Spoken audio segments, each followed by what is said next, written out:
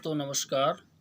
हमारे YouTube channel Mahakali धाम शनि भैया में आपका हार्दिक स्वागत और अभिनंदन है। दोस्तों भक्तों, मैं शनि भैया आपको कुछ अपने चैनल में जानकारियां साझा कर रहा हूं। जैसे कि आप लोग सभी लोग मंत्र सिद्ध करना चाहते हैं। मंत्र सिद्ध में लोगों को कई जानकारियां न होने के कारण उनका जाप या मंत्र सिद्ध नहीं हो पाता। लोग कई गलतियां कर देते हैं, जिसके कारण सालों साल मेहनत करने के बाद कोई सफलता प्राप्त नहीं होती। दोस्तों भक्तों, सबसे पहले मन से भक्ति होना जरूरी है। अगर मन में भक्ति नहीं है, मन में भाव नहीं है, आत्मा में भाव नहीं, तो हम किसी देवी या देवता से नहीं जुड़ सकते। अगर मन में भाव है, मन में विश्वास है, मन में लगन है, आत्मा हमारी शुद्ध है, तभी हम कोई मंत्र सिद्ध कर सकते हैं या देवी और देवता से जुड़ सकते हैं। आप मान लीजिए जाप कर रहे हैं, कोई भी मंत्र ले लें, कोई एक मंत्र किसी देवी या देवता का। भक्तों, कोई भी मंत्र छोटा या बड़ा नहीं है, सब अपनी जगह पे अच्छा काम करते हैं। बस मन में हमारे भाव होना चाहिए। अगर मन में भाव नहीं है, मन में पवित्रता नहीं है, तो जाप करने का, मंत्र सिद्ध करने का कोई मतलब नहीं, ना कभी मंत्र सिद्ध होगा। इसलिए कुछ बातें हम आपको बता रहे हैं, जिससे आपके मंत्र सिद्ध में अधिक सफलता प्राप्त होगी। भक्तों,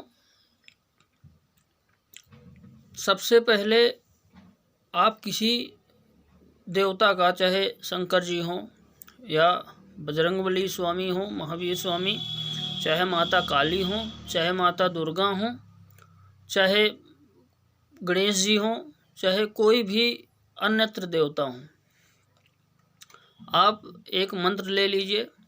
उसके बाद मंत्र लेने के बाद उसका थोड़ा थोड़ा करके आप जाप करते रहिए। डेली नित्य पूजा पाठ में उस जाप को शामिल कर लीजिए और धीरे धीरे क्रमशः मंत्र अपने आप सिद्धता की ओर चला जाएगा। मन में बस भाव होना चाहिए। अगर मन में भाव नहीं है तो कोई मतलब नहीं है, न पूजा पाठ करने का, न मंत्र जाप करने का कोई मतलब नहीं।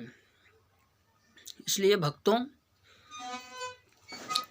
मंत्र सिद्ध करने का मैं आपको बहुत सरल उपाय बता रहा हूँ। ध्यान से सुनिए, ध्यान से इसको फॉलो करिए।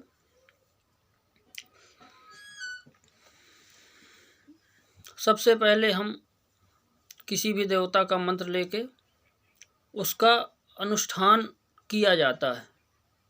किसी भी देवता का मंत्र लेते हैं तो उसका अनुष्ठान किया जाता है। अनुष्ठान में कई प्रकार के अनुष्ठान होते हैं। जैसे अगर कम अवधि में मंत्र को सिद्ध करना है तो 11 दिन का अनुष्ठान हम कर सकते हैं, और अगर थोड़ी सी और टाइम देना है, मंत्र में और प्रबलता लाना है, तो 41 दिन के अनुष्ठान किए जाते हैं। अनुष्ठान में सबसे पहले क्या करना है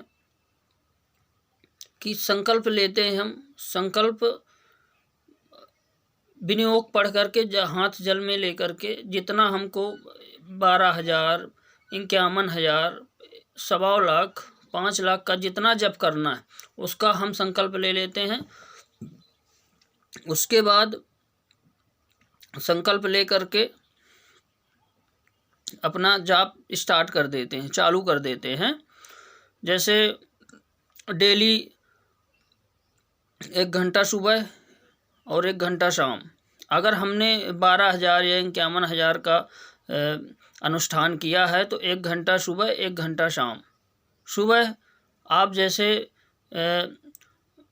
6 बजे उठ जाते हैं तो अपना नहाइए धोइए, भगवान को जल अर्पित कीजिए, सूर्य भगवान को जल अर्पित कीजिए और उसके बाद आप पूजा पाठ में बैठ जाइए। आप 1 घंटा सुबह जाप करिए, 1 घंटा शाम करिए जाप। भगवान को भोग प्रसाद अर्पित करके जाप करना है। भगवान को भोग प्रसाद अपना एक दीपक जलाएं, 2 अगरबत्तियां जलाएं। दोस्तों भक्तों, अगरबत्ती और दीपक का बहुत बड़ा महत्व होता है, जाप में बहुत बड़ा महत्व होता है। अपन अगर अगरबत्ती या दीपक जला लेते हैं तो उससे क्या है, साक्षी भाव प्रकट होता है, भगवान के आगे साक्षी भाव प्रकट होता है। तो अपन दीपक जला लेते हैं, उसके बाद जाप करना चालू कर देते हैं। 1 घंटा में जैसे हमने 21 माला किया, 51 माला किया, अगर कोई छोटा सा मंत्र है तो अब हमारा 21 माला 51 माला हो जाएगा। कोई बड़ा मंत्र है तो 1 घंटे में सिर्फ 21 माला या कि 31 माला ही हो पाएगी। उसके बाद शाम के भी क्रमशः हम यही जाप करना अपना चालू कर देते हैं। और जाप में सबसे बड़ी महत्वपूर्ण बात यह है कि सात्विक रहें और ब्रह्मचर्य व्रत का पालन करें।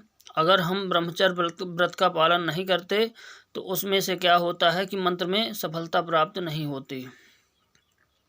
इसलिए भक्तों, ब्रह्मचर्य व्रत का ज़रूर से ज़रूर पालन करें, ज़रूर से ज़रूर पालन करें और विशेष सावधानियां रखें कि कोई मीट वगैरह न ग्रहण करें, सिर्फ शुद्ध शाकाहारी भोजन ही करें। उसके बाद भक्तों, जब अपना अनुष्ठान पूरा हो जाता है, हमारा 11 दिन का, 21 दिन का, 41 दिन का, उसके बाद हमने अगर पूरा जप कर लिया है तो उसका दशांश हवन करना होता है। दशांश हवन अगर हम नहीं कर सकते तो मंत्र का दशांश जाप कर लिया जाता है। जैसे हमने 51,000 जप किया तो उसमें 51 माला की जो है तो अपन दशांश कर लेते हैं। 1.25 लाख किया है तो 12,500 उसमें जाप करना पड़ता है। और उसका फिर दशांश हवन या दशांश जाप के बाद मार्जन तर्पण, तो दशांश जितना हमने जाप किया उसका आधा मार्जन होता है और उसका भी आधा तर्पण होता है मित्रों। उसके बाद आप अपना छोटा सा भी हवन कर सकते हैं, दशांश जाप के बाद छोटा सा भी हवन कर सकते हैं। बस आप मन से सच्ची लगन से भक्ति कीजिए, भक्ति में शक्ति प्राप्त ही होगी, मंत्र सिद्धि होगा। उसमें कोई चिंता करने की भक्तों ज़रूरत नहीं है। नमस्कार।